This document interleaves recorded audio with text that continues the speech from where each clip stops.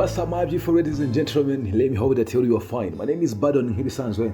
Ni DOI TV aho mbanje kugeza amakuru menshi agiye atandukanye nk'ibisanzwe. Njyango urabimenyere cyane kuko ahangaha ntabwo ari bishya. Amakuru tubagezaho umunsi ku munsi kandi ugasanga twaguteguriye amakuru meza cyane, amakuru ateguye neza cyane. Kuri screen yaho hari ibintu bya fresh ku buryo nta kintu na kimwe ushaka gutura hano ngaha bari full package yo. Muri kano kanya rero tukuzaniye inkuru nziza cyane, inkuru icukumbuye, inkuru irimo amakuru menshi cyane, iraza no kugusubiza igihe inyuma mu bihe byashize. Nimba ukunda imyidagaduro hano mu Rwanda, nimba ukunda imyidagaduro muri rusange, iraza kugusubiza inyuma umenye bimwe mu bihe byaranze showbiz yacu hano mu Rwanda. Ariko cyane cyane nk'uko ubona ko muri no minsi hari gukunda kugaragara ikintu cyitwa beef, hari gukunda kugaragara ikintu cyitwa beef cyane mu bahanzi nyarwanda ndetse no mu bandi bantu bafite ahantu bahuriye na showbiz, abanyamakuru ndetse n'abandi bagiye batandukanye. Ndagira ngo tuze kubinyuramo duhereye mu mwaka w'ibihumbi 2011 kuzamura kugeza uno mwaka turimo, tuze kureba ngo bimeze bite. Njya ngo mu minsi yashize abantu benshi bakunze kuvuga ko uno mwaka ushaka kuzagira amezi agera muri 18 bitewe n'ibintu byagiye bigaragaramo, amabefu, amashusho yagiye ajya hanze n'uko n'ibindi byinshi bigiye bitandukanye abantu bagenda bashyirana hanze. Ariko hagati aho ngaho ndagira ngo uze gukurikirana neza kino kiganiro, uze kumva imyaka yagiye ibamo beef nyinshi cyane, hajyamo ibintu byinshi bigiye bitandukanye, uraza ahubwo kumirwa. Uraza kubona ko ibi bintu atari byo muri uno mwaka 2024 gusa, ahubwo no mu yindi myaka yashize byagiye biba. Ariko turi kujya tubona ko 2024 wo wabaye undi mwaka, ariko ntabwo ari wo mwaka wonyine wagiye ubamo beef nyinshi kuruta indi myaka yagiye itambuka. Hagati aho ngaho rero njyango nk'uko uri kubona kuri screen yawe hamaze kugeraho wita DJ Adams ndetse na Tom Cruise. DJ Adams ubundi ngo muri kino gihe ni umunyamakuru ukora kuri City Radio, ukora ikiganiro cyiza kinakorwa kuri iyo radio, akora kandi ari umwuga afatanya n'ubu DJ, aho ari n'umu DJ muri Kigali. Uyu mugabo rero nubwo wamubona gutya ku isura ukabona ni umusore, ukabona afite itoto, ariko ni umusore amaze igihe kinini cyane mu itangazamakuru ndetse no mu DJ. Muri 2011 rero yagiranye beef no bita Tom Cruise ikomeye cyane ku buryo byanavuye mu buzima bwabo busanzwe bikagira no mu kazi, bikagira kuri City Radio, bikagira kubakurikira City Radio. Binyuze kuri City Radio induru ziravuga ati byagenze bite. Icyo gihe wowe ta DJ Adams ari mu kiganiro ari kumwe na Pifra ndetse n'umusani witwa Inspector Lewis. Hanyuma mu gihe bari mu kiganiro wo bita Pifra ndetse na Inspector Lewis bakomoza kuri Tom Cruise, bavuga yuko ngo Tom Cruise nta mpano afite, nta kintu kimurimo, yewe ngo ataranakwiye gutwara gumaguma. Atarakwiye gutwara gumaguma, uzi ko icyo gihe bwo gumaguma zabaga kuzamura mu yindi myaka. Hanyuma ibyo bintu babivuze bari kuri mikoro za City Radio mu kiganiro na DJ Adams. Hanyuma yaho rero Tom Cruise n'Inta Karenzi bari aho hafi babataye mu gutwi amagambo bano basore bavugiye kuri mikoro za City Radio. Abasore baravuga ati ibintu ntabwo bibaho, ntabwo bazijya kuri mikoro ngo tuvuge gutya. Hanyuma nabo bakwega gatuza, buri wese akwega gatuza, amashati barazingura bati tugiye kwinjira hari ahantu ubundi tubanze tubagote natwe tuvuga ibyacu. Immediately bakimura kubitekereza ntabwo batinze na gato, kuko bose bagenda binjira muri studio za City Radio, bafata mic baravuga. Tom Cruise ndetse na Karenzi bajya kuri mikoro baravuga ati aba basore muri kumva bavuga hano ngibi byose bari kuvuga babitewe n'itabi, babitewe n'inzoga banyweye, babitewe ntabwo bari muri mood isanzwe. Ntabwo ari uko Tom Cruise ntafite tara, ntabwo ari uko ntari mbi kwiye, ahubwo banyweye itabi ryinshi cyane. Ntabwo tuzi umuntu wabahaye mikoro. Hanyuma rero icyo gihe beef yahise itangira hagati ya Tom Cruise ndetse na DJ Adams. Wumve ko iyo beef nta nubwo yaje kuri Tom Cruise na Pifra cyangwa se na Inspector Lewis, ahubwo yaje kuri Tom Cruise ndetse na DJ Adams, kuko icyo gihe DJ Adams niwe wari wahereje platform wo bita Pifra ndetse na Inspector Lewis. Induru ziravuga, iyo ngiyo iba beef ya mbere muri mwaka wa 2011. Hanyuma rero muri mwaka ntabwo ari ngiye gusa yabaye, ahubwo hakomejeho abo bita Urban Boys ndetse na Dream Boys. Ngira ngo bano bantu muri icyo gihe babizi neza cyane ko ari amatsinda cyangwa se ari amagroupe yari afite buryo amaze gukundwa n'abanyarwanda, amaze kwigirira imitima. Ariko hagati aho ngaho itsinda bita Dream Boys bari bamaze kwifata abanyarwanda cyane kuruta Dream Boys, cyane ku bijyanye n'ibiraka, kuko ibiraka byo kwamamaza, byo kuririmba mu mashow nibo bari kugenda babyiharira.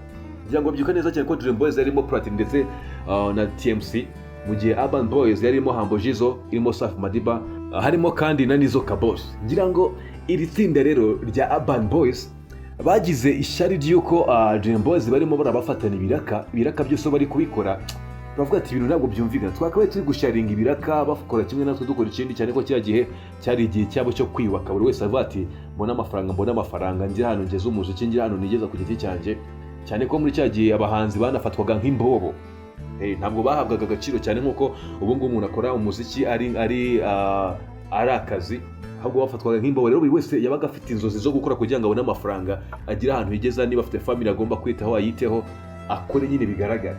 Iki gihe rero Dream Boys yari irimo ikora amasoko yarayigaruriye, hanyuma Urban Boys bagira ishyari baravuga ati ibi bintu ntabwo bibaho. Hanyuma icyo gihe ni nabwo baje gukora indirimbo bita Ishyamba, barimo baracurira Dream Boys, iza kuba beef nayo nini, ariko byaje kurangira n'ubundi nyine bigiye bikemuka gake gake n'ubundi nk'abahanzi, ko umuhanzi ajya ahita inyuma akaza kuva akajyaho n'undi. Nyuma yaho rero muri mwaka n'undi habaye indi beef ya Butera Knowless ari hamwe na Safi Madiba, ngira ngo ni abantu bari bamaze igihe kinini cyane bakundana, inkuru yabo y'urukundo izwi barabaye Romeo, barabaye ndetse na Juliet, ari Romeo na Juliet, barabaye Romeo na Juliet, ariko mu mwaka wa 2011 byaje kurangira Safi Madiba na Butera Knowless bashwanye, batandukanye, buri wese ari kumenyeze. Hanyuma bimaze kugenda gutyo, uwo bita Butera Knowless aza gusohora indirimbo yise Wampoye iki, avuga ati wampoye iki Safi Madiba ko renzi kuri njye nawe tutazigira dutana, wampoye iki. Hanyuma icyo gihe n'undi mu itangazamakuru yari Safi, yari Knowless, ariko n'undi beef igomeza kugenda izamwa aho hagati. Hanyuma nyuma yaho Butera Knowless aza kuririmba indirimbo yise Wari urihe, Safi Madiba aza kumusubiza bavuga ati aririmba indirimbo yise Barahurura. Icyo gihe iyo ndirimbo nayo abantu baje kuyitindaho cyane, bavuga ati aho Safi Madiba bavuga ati ubundi ko mbere yuko dushwana ntabwo twavugwaga kenshi cyane gutyo. Urumva ko ni saga yamaze igihe abantu benshi bivugaho bakoresha ibiganiro. Hanyuma yawe yavuga ati ubundi kuki ibi bintu bitagenze gutya tukiri mu rukundo, ngo ubone umuntu bishyushye, nyine abantu babishyushyemo tubika bishyushye gutya ari uko dushwanye, kuki abantu bahuriye ubu ngubu. Hanyuma rero abo bita Butera Knowless nyuma n'ubundi yaje kuririmba indirimbo ivuga ati sinzakwibagirwa n'imvura yago yo, arimo aravuga yuko nyine atazibagirwa Safi Madiba kuko bagiranye ibihe byiza, nubwo wenda bashwanye gutyo, ariko nta nubwo bashwanye nabi cyane ku buryo wenda Butera Knowless yari kwifuriza ibibi Safi Madiba, aravuga ati ntabwo nzakwibagirwa yo. Hanyuma rero nyuma y'ibi ngibi mu mwaka wa 2012 hari itsinda ry'abaraperi ryari rimeze neza cyane, rigizwe n'abasore bari bameze neza cyane icyo gihe muri mu njyana ya hip hop, Tough Gang. Iri tsinda rero ryarimo umusore bita Jay Polly n'umwe wari ugize iryo tsinda kandi na Pfra. Hanyuma rero byaje kuduruvanga gato, uwo bita Pfra ntiyumvikana Jay Polly. Ahangaha rero Pfra yavuga yuko ubundi ngo Jay Polly ngo yiharira inyungu ziva muri Tough Gang, hanyuma baza kubihuriramo. Avuga yuko kandi ngo buriya ngo Jay Polly ngo yakundaga kwigaragaza cyane kuruta uko abandi bantu bari muri Tough Gang bagaragara, yakunda ko yashyize akaguru hejuru ari we uri kwigaragaza cyane kuruta uko abandi bagaragara. Hanyuma kandi ngo n'inyungu akazikubira. Ahangaha rero byaje kuvamo ko abo bita Pfra anava muri Tough Gang ashinga genge nshya yitwaga Empire Mafia Land. Hanyuma urumva ko already ava muri Tough Gang ajya gukora wenyine. Iyi beef rero nayo yaje kuba nini, ariko ikintu cyatumye idakomeza ngo itumbagire nuko abo bita Jay Polly yaje gutuza, ntiyagira ibintu byinshi ayivugaho, arituriza nk'uku ujya ubona The Ben hano ngaha mu Rwanda bakunda kumuvugaho cyane cyane beef ye na Melody, ariko akituriza ntavuge. Niko rero na Jay Polly byaje kugenda aratuza, aracicikara rucararumira. Hanyuma ino beef igenda igabanya, ubukana bwayo bugabanuka, bugenda bugabanuka. Hanyuma rero ya 2012 2013 nabwo haje kuba beef ya Kamishi ndetse na Butera Knowless. Kamishi na Butera Knowless iki gihe bari muri Primus Guma Superstar. Hanyuma Butera Knowless ajya kuri stage aririmba indirimbo yakoranye na Kamishi. Hanyuma iyo ndirimbo ayiririmbye ahamagara Kamishi kuri stage amuhamagara kuri stage kugira ngo bamufashe baririmba niyo ndirimbo. Ariko amaze kumuhamagara umusaza azamutse ageze kuri stage, ahageze indirimbo ntabwo yamenya aho igiye, indirimbo yahise igenda wirirwa irengero. Icyo gihe rero Butera Knowless yaramuhamagaye kuri stage ngo baririmbane indirimbo bise Rukuruzi bakoranye. Hanyuma Kamishi ahageze iyo ndirimbo ahita wirirwa irengero, batangira gukina indirimbo yitwa Kandamazi. Kamishi abura icyo gukora aramanjirirwa nawe aravuga ati kugira ngo hite se bagutya birangire, aremera ririmba kuri Kandamazi birangiye arimanukira. hanyuma rero ibi bintu nyuma Kamichi yaje kuvuga yuko ubundi ngo Knowless yamwiryagaho byadanije ko wari n'ikindi gihe bari muri bisi yabona Knowless ntashaka kumureba tu ndavuga ati ngiye nongera kunyirengagiza rimwe nzakwirengagiza mu buzima bwanjye bwose ati ngiye nzakwirengagiza mu buzima bwanjye bwose kasa nta tuzajya guhurira cyane ko Kamichi yari umunyamakuru avuga ati ngiye ndi umunyamakuru shaka gukora umuhanzi ngiye ku giti cyanjye avuga ati ngiye nta mpamvu yo gufata ngo akana nka Butera Knowless kanyiryeho kigira akantu ka danje Bofete Knowless ni inshuti yanjye mvugana franchise ni inshuti yanjye kuva kera muza atararimba indirimbo n'imwe ni umuntu ufata nk'inshuti yanjye muri guma nabonye abanzi bagira utuntu tw'uduco two gushaka gukangana hagati yabo ariko njye ntabwo wankanga njye ndi umuhanzi en plus ndi umunyamakuru nkereye abahanzi ushobora gutuma umuhanzi wa star Knowless bwa mbere mbona twinjiye muri bisi nkabona aranyirengagiza ndavuga se Knowless bite kunyirengagiza ntabwo uzongera kunyirengagiza rimwe mu buzima bwawe nzakwirengagiza by'iteka ryose nanjye arambwira ati amusore ibyo ntabwo bizongera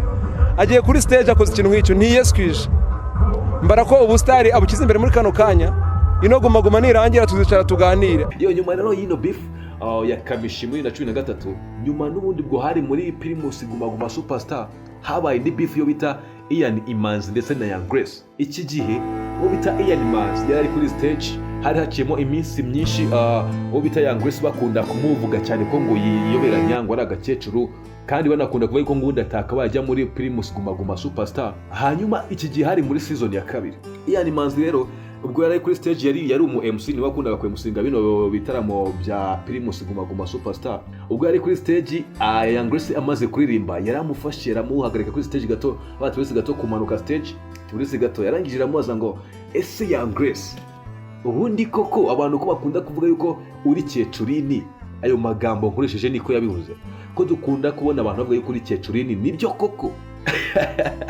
ubita Young Grace kiramurenga amujinyura mwica cyane yibaza ukuntu Ian Imanzi amubajije ikibazo nk'icyo kuri stage amaze kuririmba yari amaze guhibyishima abafana yumva kiramurenza ntabwo byarangiriye aho ngaho Ian Imanzi yarongera amubaza ngo ese ubundi iyo ugiye kuzana muri guma superstar utorwa n'abandi ni bande bagutora utorwa nabi wanyu i Rubavu gusa kuko buriya muntu bita Ian Imanzi avuka i Rubavu ndetse na Young Grace hanyuma amaze kubivuga gutyo byaje gukomera biza no kurangira ahagaritse ibijyanye no kwemusinga muri bino bitaramo bya Primus guma superstar asaba imbabazi Young Grace avuga ati nibikunda ngiye muzampa umwanya hanyuma tujye kuri televiziyo ngiye na Young Grace musaba imbabazi kuko ntabwo ari we muntu nakwibasira tuvuka mu karere kamwe kuko uko nakwibasira undi muntu ntabwo ibyo nabikora ari kumwibasira ahubwo ndagira ngo ibi bintu tubivireho rimwe abantu bamenye imyaka ya Young Grace bamenye n'abamutora koko abari bo ariko Young Grace babifata nabi ndetse na media icyo gihe birakwirakwira iba beef nayo ikomeye cyane ndetse biza kurangira Ian Imanzi avuye mu kazi ibijyanye no kwemusinga bino bitaramo abivamo nyuma yaho rero muri 2015 uwo bita Pifra yongeye kugirana beef na Bulldog iyi noneho ni beef yabaye akasa mutwe ku rundi rwego kuko umwe muri abangaba yarakubiswe agira indembe arakubitwa baramunoza neza hafi yo kumwica ahangaha rero uwo bita Pifra ubundi yagize atya akora karirimbo nka bya bindi by'abasore b'ubu ngubu akora karirimbo arangije yiha Bulldog amuvugamo kabisa icyo gihe iyo ndirimbo Pifra yari yayise Gasopo Dogi gusa ntabwo arangaha gusa byari bigize kuko n'undi imbere yaho gato ntabwo bavugaga rumwe ntabwo bahuzaga ariko ikintu cyatumye bita noneho bifata indi ntera ni igihe wowe wita Pifra yakoraga ino ndirimbo arimo aradisinga Bulldog indirimbo yise Gasopo Dogi hanyuma amaze kuririmba ino ndirimbo Bulldog nawe agira gutya aramusubiza mu ndirimbo yise Imana y'inzara hanyuma aho bita Pifra ayumvise nawe yari yamudisinze ariko bidakabije uwo bita Pifra ayumvise afata ikaramu akoza muri wino arandika yandika indirimbo arangije ayita izina ntibishoboka amaze kwita ntibishoboka rero iyo ndirimbo hari harimo amagambo akomeye cyane ibitutsi byinshi cyane birenze ukwemera Bulldog ayumvise avuga ati mama yakira mama bibintu ntabwo bibaho arangije ategura icyo bise agacu ategura icyo bise gang afata genge nko kujyona ko abashikevina bafite abajene benshi cyane baba bari hafi ye bagendera mu murongo umwe bazo trap bafite abantu benshi bagendera mu murongo umwe icyo gihe Bulldog nawe yafashe abajene benshi avuga ati mwebwe ikintu nshaka ni kimwe mu manuke Nyamirambo mushake Pifra ikintu nkeneye kimwe muzanira n'iryinyo rye baramanuka abahungu bagera Nyamirambo basanga Pfla bamushyira hasi baramukomagura induru ziravuga Pfla bamugira impere. Icyo gihe nuko nta ribu yabagaho, ntekereza ko icyo gihe iyo biza ko ari nk'ubu ngubu ribu be yaratambikanye umuntu, ariko icyo gihe nta ribu yari iriho, umuhungu baramukomaguye birangiye abantu barabunga barongeye bavuga rumwe, ariko nyine icyo gihe n'ubundi wo bita Pfla ingumu yari yaziri ibipfunsi yabiriye induru zavuze. Nyuma y'abangaba rero reka twigiye kuri beef yakomeje muri 2019 ya Decat Babarawo ndetse na Shadibu. Aba ni abantu n'ubundi ubusanzwe batajya bavuga rumwe muri ubu ngubu kino gihe, kuko usanga igihe cyose Decat yapostinze abari kuvuga nabi Shadibu, igihe cyose bavugana nabi. Hanyuma rero icyo gihe hari muri 2019 aho bita Decat yapostinze kuri Instagram avuga ko ubundi ngo bita Shadibu afungiye muri Denmark. Hanyuma abivuze gutyo Shadibu byaramubabaje. Icyo gihe n'ubundi Shadibu yari umuntu uri kubica kuri social medias, ari umuslay queen abantu bazi bose, buri wese yibaza ko ati Shadibu ni umuntu mwiza wadajubaho, buri muntu wese atangira Shadibu. Ikindi kintu icyo gihe ubita Decat yabaga afite amashusho menshi y'ibanga y'abantu utamenya ahantu yakura. Ubundi hari ibintu bita ubupaparazi, icyo gihe niko yakoraga, yari afite amashusho menshi utari kumenya ahantu yakura, kandi icyo gihe nta muntu wari uzi isura ye. Hanyuma rero amaze kuvuga ibyo ngibyo, uwo bita Shadibu afata noneho amafoto ya Decat n'amazina yasanzwe, yabanje gupostinga amashusho yagiye ngo agaragariza abantu ko ariho ameze neza. Hanyuma amaze apostinga n'amashusho n'amafoto ya Decat Babarawo, baramubona, babona isura ye ndetse babona n'amazina ye. Birangiye uwo bita Decat biramubabaza bya danje, aka kana kanshize hanze. Arangije afata amashusho ya Shadibu yambaye ubusa, arimo arakubana n'abandi bantu, arimo arakubana n'undi musore, barahonga bari gukora ibintu byabo, ayashyira ku mbuga, induru ziravuga. Icyo gihe ntabwo abantu benshi bari bamenyereye kubona amashusho y'ubwambure y'abantu kuri social media, byari bitaraza hano mu Rwanda nk'uko bimeze muri ino minsi. Bayatereka hari induru ziravuga beef ba beef, ariko icyo gihe byaje kurangira n'ubundi urumva Shadibu ashyize amashusho hanze ndetse na Decat ashyira andi hanze, byarangiye ari kimwe gusa na n'ubu ngubu ntabwo rwose bari bahuza. Gusa icyo gihe cyakora Decat ashyira hanze iyo video yari yashyizeho yari yakwiyeho kuba watera comment, buryo nta muntu wigeze ajya muri commentaire ngo agire ikintu avuga, ariko byarangiye hagati ya Decat ndetse na Shadibu ari kimwe. Hagati rero nyuma y'izo beef zose hari yabaye kuva 2019 kugeza na n'ubu mukibona iyo beef. Iyo beef niwo bita The Ben ndetse na Bruce Melody. Ubundi no beef yatangiye ubwo Bruce Melody ndetse na The Ben bapangaga kujya gukorana indirimbo muri studio, byarangira Bruce Melody akagenda agakora verse ya mbere akashyira hariya, yarangiza agahamagara The Ben ngaho ngwino nawe ushyiremo verse. The Ben akari kwikina PlayStation akavuga ati uretse gatoma nsoza umukino ndaje mwana, buri hariya ndaje dukore. Hanyuma Bruce Melody biramubabaza avuga ati ngiye ntabwo no mwana nawe yansuzwa gutyo, nubwo wenda afite izina rinini kuri njyewe, yanatangiye mbere narakuze mufana, ariko ntabwo yamfata gutya. Bruce Melody ubwo ibyitwa indirimbo ababivuyemo arikomereza, ariko mu mutima we ntiyavuga nawe The Ben, ariko mu mutima we bigumamo ko atagomba guhuza na The Ben. Ari umuntu ubona nyine ugira inzika, ariko itari inzika mbi cyane nyine ku buryo atakuvuga nabi, ariko abazi ko nta hantu mwahuriza. Hanyuma rero ubwo iyo beef nibwo yatangiye, gusa iza kugenda ikurakura muri za 2021 na 2 gutyo. Hatangiye kuza team B, team Bruce Melody, team The Ben. Hanyuma Melody nawe agenda abizamo, urabizi neza cyane ko ari umuntu ukunda kugira brag nyinshi. Hanyuma akageza na The Ben amucomekamo, ariko yaje no kuba beef yagize muri 2023, ari beef iri hejuru cyane. 2024 nubwo ari beef iri cyane. Nyuma yaho Bruce Melody anasohoye indirimbo yise iyo foto. Mbere yaho gato yari yasohoye indirimbo yitwa Sowe, abo bita The Ben apostinga ari kuyivibinga. Iyo ndirimbo biyongerera viewership kuri digital platforms za Bruce Melody. Hanyuma n'abantu induru icyo gihe ziravuga ati The Ben n'utumye indirimbo irebwa. Na nyuma ejo bundi rero The Ben agira cyasohora indirimbo yitwa Plenty ndetse na Bruce Melody asohora indirimbo yitwa iyo foto. Hanyuma iyo ndirimbo ya Bruce Melody irarebwa cyane bitewe nuko yarasohoreye kimwe na The Ben, kandi Bruce Melody yasohoye amashusho, The Ben yasohoye lyrics video. Icyo gihe nyine umva ko nabwo Bruce Melody byaramukoreye, na n'ubu ni beef tararangira abantu bakigarukaho. Nyuma y'iyo beef rero hari beef ya Yago ndetse na media houses.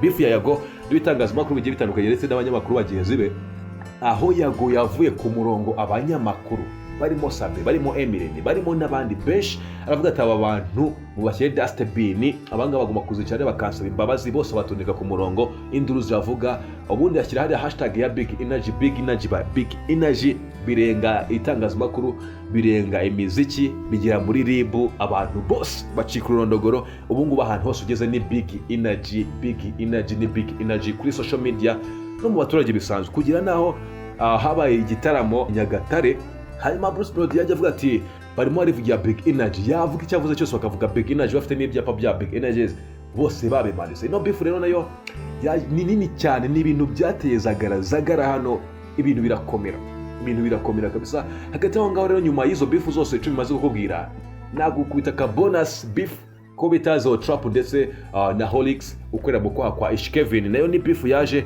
imara igihe gito iri kuvugwaho cyane ubwo banakoraga indirimbo, nabyo biza kurenga hagati y'umuziki ngo bijya muri RIB, ubwo zo trap yasohoraga indirimbo ari kudisinga Ishkevin ndetse na Holix, hanyuma akanamusaba kwisiba kuri YouTube ngo ati nutayisiba uraza gukurikiranwa n'amategeko, hanyuma araza arayisiba. Izo ni zimwe muri beef rero zaranze iki gihe maze kukubwira kuva 2011 kugera 2024. Hanyuma nyuma y'iki kiganiro turaza kureba n'ibindi byinshi bigiye bitandukanye. Wowe ikintu usabwa ni kimwe, nukanda subscribe hano kuri DON TV, hanyuma wamara ukanda subscribe ugafunga notification, ndetse kandi uzi ko hari inshuti zawe ziri interested no kurikira ibiganiro nk'ibi ngibi, hanyuma nazo ukazihereza link kugira ngo badacikwa n'inkuru nk'izi ngizi. Rero tugiye tukubita inkuru zicukumbuye, inkuru ndende zirimo amateka y'imyidagaduro hano mu Rwanda mu gihe cyashize. Ikintu usabwa ni kimwe, nukanda subscribe ugafunga notification, tugiye tubana umunsi ku munsi ugakurikira ibiganiro byacu. Nizeye ko ukomeza kugira ibihe byiza. Njye nitwa Badon bisanzwe.